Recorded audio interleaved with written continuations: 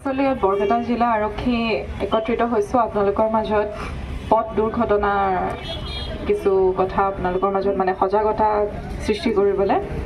আচলতে পথ দুৰ্ঘটনা বুলি ক'বলৈ গ'লে আপোনালোকে সকলোৱে জানে, কোনো নতুন কথা এটা নহয়। আমি আপোনালোকৰ ওচৰত কোনো নতুন কথাৰ বিষয়ে ক'বলৈ অহা নাই। আমি কিছুমান ট্ৰেফিক ৰুলছ ৰেগুলেশ্যনছ প্ৰশাসন বা আৰক্ষীৰ তৰফৰ পৰা আপোনালোকৰ মাজত আমি দাঙি ধৰোঁ, কিন্তু সেইখিনি আল্টিমেটলি আমি কৰোঁ কি কাৰণত? আপোনালোকৰ ছেফটিৰ কাৰণে নহয় জানো? এতিয়া যদি আমি ফাইন লৈ আছোঁ, আমি জানো যে আপোনালোকৰ হেলমেট নিপিন্ধাৰ কাৰণে 1000 টকাটো দিয়াত আপোনালোকৰ অসুবিধা হয়, আপোনালোকে বেয়া পায়, আমি বুজি পাওঁ সেই কথাষাৰ। আমাৰো লৈ পিনি একো ভাল নালাগে, আমাৰতো পকেটলৈ নাহে ন পইচাটোতো ডাইৰেক্ট চৰকাৰৰ ওচৰলৈ যাব। চৰকাৰেও সেইটো পইচা বিচাৰি থকা নাই। আপোনালোকৰ 1000 টকা এটা বা দিনত যিমানকেইটা পইচা উঠে সেইটোৰে এখন চৰকাৰ নচলে, আপোনালোকে এইটো কথা বহুত ভালকৈ জানে, হয় নাই?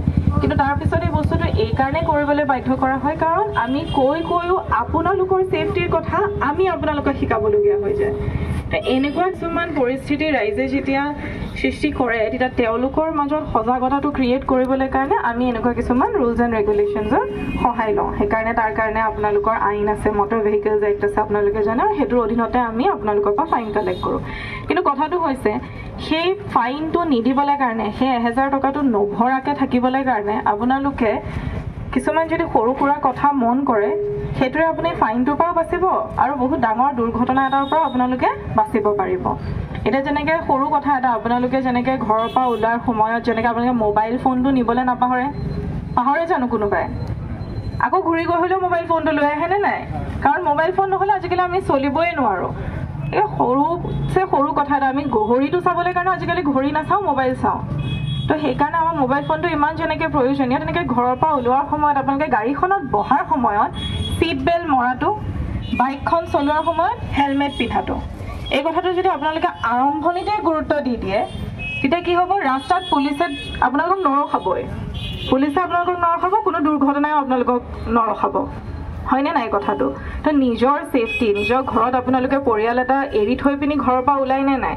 তো ঘৰৰ পৰা প্ৰথম ভৰিটো যেতিয়া বাহিৰত খোজটো দিয়ে, সেইকণ সময়ত আপোনালোকে যেনেকৈ মোবাইল ফোনটো ল'লে, বাইকখন চলাওঁতে হেলমেটটো পিন্ধিলে, গাড়ীখন চলাওঁতে ছিট বেল্টটো পিন্ধি যেতিয়া আপোনালোক ওলাই গ'ল, তে আপোনালোকে কি কৰে? নিজৰ সুৰক্ষাটো নিজে এনচিয়'ৰ কৰিব পাৰিলে।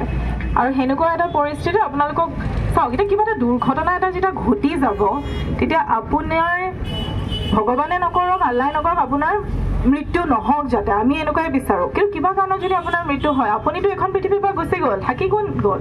পিছফালে যোনসকল থাকি গ'ল, তেওঁলোকৰ আৰ্থিক কিছুমান সমস্যা হ'ব পাৰে, মানসিক সমস্যা হ'ব পাৰে। এখন পৰিয়ালৰ এটা মুৰব্বী যেতিয়া নাইকিয়া হৈ যায়, এটা পৰিয়াল পংগু হৈ যায় নে নাযায়? তো সেনেকুৱা ধৰণৰ যাতে প্ৰব্লেমবোৰ আমাৰ ঘৰৰ মানুহে সন্মুখীন হ'বলগীয়া নহয়, তাৰ কাৰণে আমি সৰু কিছুমান এনেকুৱা ধৰণৰ কথা যদি মন কৰোঁ, আমাৰ নিজৰ কাৰণেই ভাল।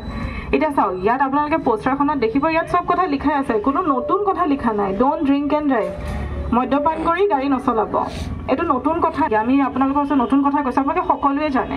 কিন্তু তাৰ পিছতো কি হয়? সকলোৱে জানে, আমি কি কৰোঁ? আমি ভাবোঁ যে ইমান অকণমান যদি মই খাওঁ, মোৰ হাতত নিয়ন্ত্ৰণ থাকে, কণ্ট্ৰলটো মোৰ হাতত থাকে। কিন্তু কথাটো হৈছে, মদ্যপানৰ সৃষ্টিয়ে এইকাৰণে কৰা হৈছে যাতে আমি কি কৰিব পাৰোঁ? আমি অলপ হালকা ফিল কৰিব পাৰোঁ। কি কাৰণে ফিল হয়? মানুহৰ মানসিক যিটো স্থিতি, সেইটো সি অলপ হ'লেও বেলেগ ফালে লৈ যায়। তো আপুনি ভাবিব পাৰে যে আপোনাৰ হাতত নিয়ন্ত্ৰণটো আছে, কিন্তু নিয়ন্ত্ৰণ নাইকিয়া হৈ যায়।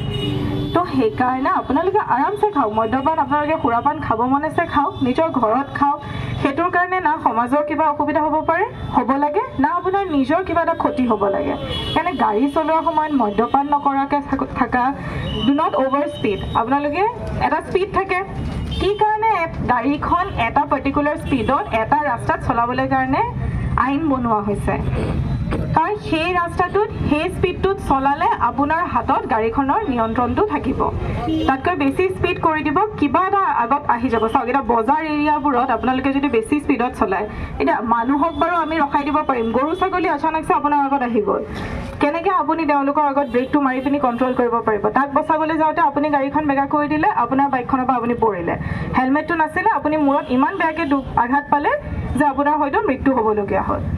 তো সেই সৰু কথাবোৰ আমি যদি প্ৰথমতে মন কৰোঁ, হেলমেটটো যদি পিন্ধি চলালোঁ হয় গাড়ীখন, বা যদি আমি স্পীডটো নিয়ন্ত্ৰণ কৰি চলালোঁ হয়, এনেকুৱা ধৰণৰ সমস্যা নহ'ল হয়।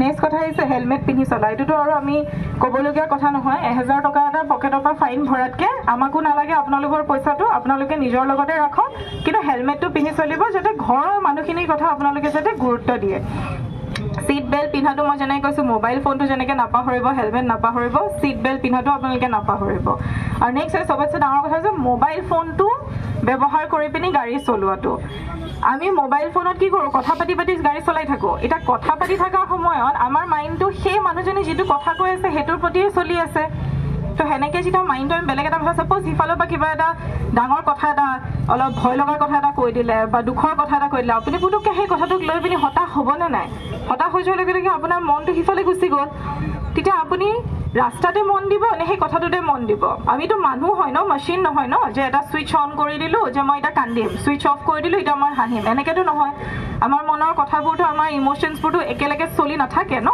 তো এটা টাইমত যদি আমি দুখ কৰি আছো বা আমাৰ যদি ভয় লাগি আছে সেইকণ সময়ত আমি গাড়ী চলাই আছো যে আমাৰ সেই কথাটো মনলৈ আহি যোৱাৰ লগে লগে আমাৰ গাড়ীৰ নিয়ন্ত্ৰণটো আমাৰ নাইকিয়া হৈ যাব পাৰে বা আগত কিবা এটা পুতুককে বস্তু এটা আহি গ'ল দুৰ্ঘটনাৰ সৃষ্টি হ'ব পাৰে তো এইবোৰ কথা আমি আপোনালোকৰ মাজত আপোনালোকৰ সেফটিৰ কাৰণে আজি আমি ইয়াত আহিবলগীয়া হৈছে এটা এটা জ্বলন্ত এটা মানে প্ৰবলেম সৃষ্টি হৈছে ঠিক আছে আমি বৰপেটাত যদি আমাৰ ডাটা চাওঁ তেতিয়াহ'লে বহুত বেছি দুখ লগা এটা ডাটা কাৰণ দুৰ্ঘটনাৰ কাৰণে বহুত মানুহৰ মৃত্যু হৈছে বহুত মানুহ পংগু হ'বলগীয়া হৈছে আৰু সেই বস্তুটো এটা সমাজৰ কাৰণে কোনো ধৰণেই ভাল কথা নহয় হয়নে নাই তো তাৰ কাৰণে আমি প্ৰশাসনৰ তৰফৰ পৰা যিখিনি কৰিব পাৰো আমি সেইখিনি চলাই লৈ যাম কিন্তু তাৰ লগতে আপোনালোকৰ ৰাইজৰ সহায় সহযোগিতা আমাক বহুত বেছি প্ৰয়োজন আপোনালোকে নিজে নিজৰ সেফটিৰ কথা এনেকা সৰু সৰু কথাবোৰ যদি গুৰুত্ব দি পিনি চলে তেতিয়াহ'লে প্ৰশাসনৰ লগতে ৰাইজৰো এইটো ক্ষেত্ৰত বহুতখিনি সহায় হ'ব আপুনি নিজৰ কথাই নহয় যেতিয়া আমি কি হয় যেতিয়া গাড়ী এখন চলাই যাওঁ চাও ঘৰৰ ভিতৰত থাকি